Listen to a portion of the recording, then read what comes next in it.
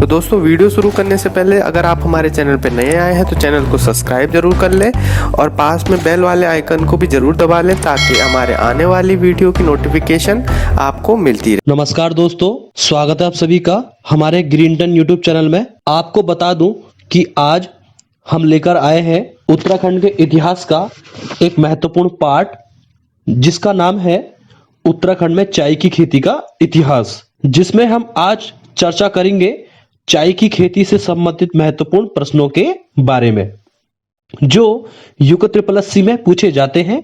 जो छात्र हमारा ये वीडियो देख रहे हैं उनके लिए ये वीडियो आने वाले एग्जाम्स के लिए लाभदायक रहेगी।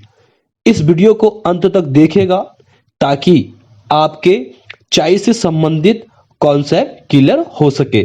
तो चलिए दोस्तों शुरू करते हैं उत्तराखंड में चाय का इतिहास, जो एक महत्वपूर्ण पार्ट है एग्जाम की दृष्टि के लिए। 1835 में जब अंग्रेजों ने कोलकाता से चाय के 2000 पौधों की खेप उत्तराखंड में भेजी तो उन्हें भी विश्वास नहीं रहा होगा कि धीरे धीरे बड़े क्षेत्र में पसर जाएगी।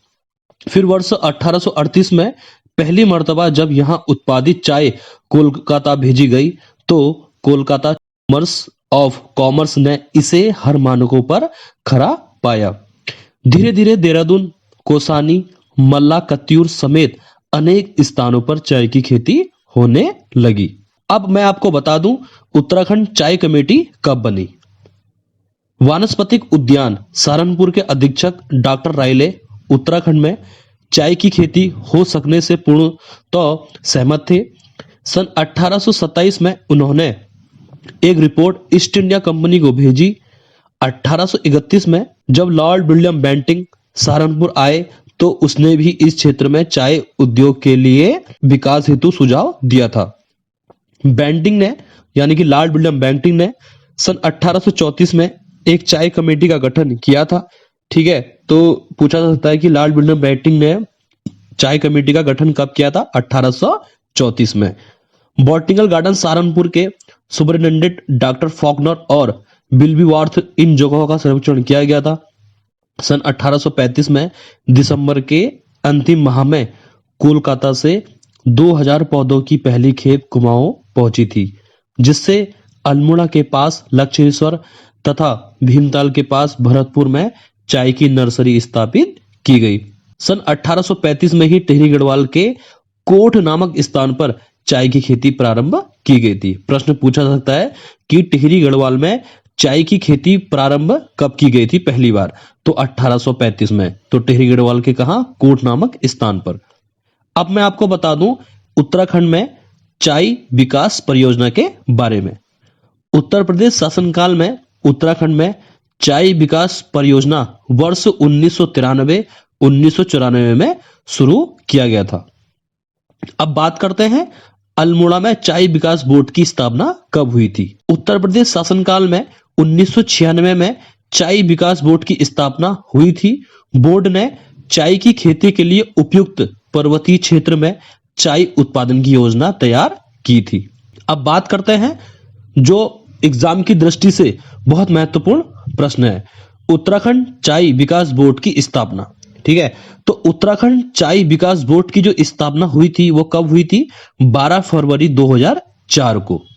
ठीक है, तो नोट करते हुए चलना। अब आपको मैं बता दूं यूको SSC के जो आने वाले एग्जाम है, जो Uttarakhand police constable sub inspector हो गया, कनिष्ठ सहायक हो गया, पटवारी लेखपाल हो गया, बंदी रक्षक, फॉरेस्ट गार्ड, तो वहां आने वाले पेपरों के लिए ये प्रश्न बहुत लाभदायक रहेंगे और इन प्रश्नों को आप हमारे साथ साथ कॉपी में लिखते हुए चलना। ठीक है, बहुत महत्वपूर्ण प्रश्न है। जिन्होंने कनिष्ठ सहायक का पेपर दिया होगा तो वहां ये प्रश्न पूछे गए हैं। ठीक है, तो अब मैं उन प्रश्नों के बारे में चर्चा करूंगा जो आपके एग्जाम्स के लिए लाभदायक रहेगी। पहला पॉइंट है 1824 में चाय की खेती को कुमाऊं में ब्रिटिश लेखक बिशप हेबर के द्वारा शुरू किया गया था। ठीक है, तो कुमाऊं में बिशप हेबर के द्वारा चाय की खेती को कब प्रारंभ किया गया था? 1824 में।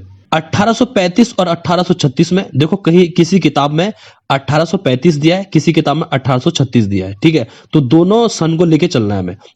तो 1835 1836 में लक्षेश्वर यानी कि एक जगह है अल्मोड़ा में चाय का पहला बागान डॉक्टर फॉकनर के द्वारा लगाया गया था। ठीक है, नेक्स्ट पॉइंट है सन 1835 में टिहरी गढ़वाल में चाय की कृषि प्रारंभ की गई थी। नेक्स्ट प्रश्न है, बहुत महत्वपूर्ण प्रश्न है, ठीक है, यूकोत्रिपल के हिसाब से मेजर कार्बेट के द्वारा 1841 में हवलबाग अल्मोड़ा में चाय का बगीचा लगवाया गया था। ठीक है, तो प्रश्न पूछा जा सकता है कि मेजर कार्बेट के द्वारा हवलबाग अल्मोड़ा में चाय का बगीचा कब लगाया गया था? 1841 में। नेक्स्ट पॉइंट है 1843 में 1843 में गडोलिया पौड़ी गढ़वाल में चाय की फैक्ट्री को कैप्टन हडर्स्टन के द्वारा स्थापित किया गया था, जो गढ़वाल में स्थापित होने वाली पहली फैक्ट्री थी। इस समय Kumaon commissioner George Thomas Lushington थे। ठीक है, तो 31 अक्टूबर 2021 को कनिष्ठ सहायक का पेपर हुआ था।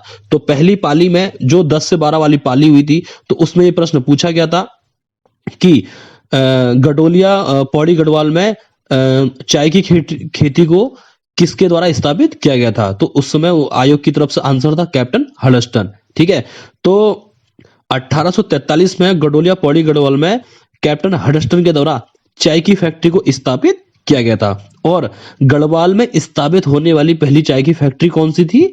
गडोलिया पौड़ी गढ़वाल में स्थापित की गई थी। किसके द्वारा? कैप्टन हडर्स्टन के द्वारा। इस समय कुमाऊं कमिश्नर कौन थे? George Thomas Lushington. आपको मैं बता दूं रिवीजन के तौर पर कि जॉर्ज टॉमस लूसिंगटन का जो शासनकाल है कुमाऊं में कब से कब तक था? 1838 से 1848 से के बीच में। ठीक है, नेक्स्ट प्रश्न है गडोलिया एक जगह है पौड़ी गढ़वाल में, D.A. चौफिन नामक एक चीनी चाय का काश्तकार के द्वारा सरकारी चाय फैक्ट्री स्थापित की गई थी। तो गडोलिया पौड़ी गढ़वाल में D.A. चौफिन के द्वारा चीनी चाय का काश्तकार के द्वारा सरकारी चाय फैक्ट्री की स्थापना की गई थी। नेक्स्ट प्रश्न है 1844 में देहरादून के पास कोलागिर में सरकारी बागान की शुरुआत डॉक्टर जेमिसन के नेतृत्व में की गई थी। नेक्स्ट प्रश्न है बहुत महत्वपूर्ण प्रश्न है, वेरी वेरी इंपोर्टेंट है कि जॉन हेलिट बैटन के शासनकाल में 1848 में 1848 ईस्वी में मिस्टर फॉर्चून को चाय की खेती सीखने के लिए चीन भेजा गया था। ठीक है, तो बहुत महत्वपूर्ण प्रश्न है आने वाले एग्जाम्स के लिए कि मिस्टर फॉर्चून को चाय की खेती सीखने के लिए चीन कब भेजा गया था? तो 1848 में। किस कमिश्नर के शासनकाल में? तो जॉन हेलिट बैटन के शासनकाल में। आपको मैं बता दूं रिवीजन के तौर पर कि जॉन हेलिट बैटन का जो शासनकाल है कुमाऊं में कब से कब तक था? 1848 से 1856 के बीच में था। तो जॉन हेलिट बैटन के शासनकाल को कुमाऊं कमिश्नरी का स्वर्णिम काल भी कहा जाता है। बहुत वेरी वेरी इंपोर्टेंट है, इनको नोट करते हुए चलना। ठीक है, नेक्स्ट प्रश्न है कि सन 1850 में ईस्ट इंडिया के आमंत्रण पर एसाइंग वांग नामक एक चीनी चाय विशेषज्ञ गढ़वाल आए थे। ठीक है, जिन्होंने 31 अक्टूबर 2021 का सेकेंड शिफ्ट का पाली का पेपर दिया होगा। तो वहां यह प्रश्न पूछा गया था कि सन 1850 में ईस्ट इंडिया के आमंत्रण पर एक चीनी चाय विशेषज्ञ को गढ़वाल भेजा गया था। उस व्यक्ति का वहां पे नाम पूछा गया था। तो आयोग की तरफ से आंसर था एसाइंग वांग। ठीक है, तो एसाइंग वांग को ईस्ट इंडिया के आमंत्रण पर चीनी चाय विशेषज्ञ गढ़वाल कब आए थे? तो 1850 में आए थे। ठीक है, तो बहुत महत्वपूर्ण प्रश्न है उत्तराखंड में चाय के इतिहास से संबंधित, तो नोट करते हुए चलना। ठीक है, और वीडियो को अधिक से अधिक लाइक और अधिक से अधिक शेयर करना। ठीक है, उत्तराखंड का ये ऐसा कंटेंट है, बहुत कम लोग इस टाइप के यूनिक कंटेंट को यूट्यूब के माध्यम से लेकर आए थे। ठीक है, तो हम इस वीडियो के माध्यम से इस उत्तराखंड में जितने भी जो छात्र यूके की तैयारी कर रहे हैं तो उनके लिए ये वीडियो बहुत लाभदायक रहेगी। अब मैं बता दूं उत्तराखंड के प्रमुख बागान के बारे में कि कौन कौन से बागान कहां-कहां स्थापित किए गए हैं। ठीक है, बहुत महत्वपूर्ण चैप्टर है। पहला है न्यूटन का बागान या मिस्टर मूलियन का बागान कहां स्थापित किया गया था? तो भवाली में। नेक्स्ट मिस्टर जोन्स का बागान भीमताल में स्थापित किया गया था। तीसरा है मिस्टर डेरियाज का बागान रामगढ़ में स्थापित किया गया था। फोर्थ है जनरल व्हीलर का बागान घोड़ाखाल में स्थापित किया गया था। नंबर 5 है डॉक्टर फॉकनर का बागान अल्मोड़ा में स्थापित किया गया था। नंबर 6 है मेजर कार्बेट का बागान अल्मोड़ा में 1841 में स्थापित किया गया था जॉर्ज टॉमस लूसिंगटन के शासनकाल में। नेक्स्ट डॉक्टर जेमिसन का बागान देहरादून में स्थापित किया गया था। और लास्ट है फ्रेडरिक विल्सन, यानी कि पहाड़ी विल्सन के नाम से जाना जाता है। तो फ्रेडरिक विल्सन का बागान कहाँ स्थापित किया गया था?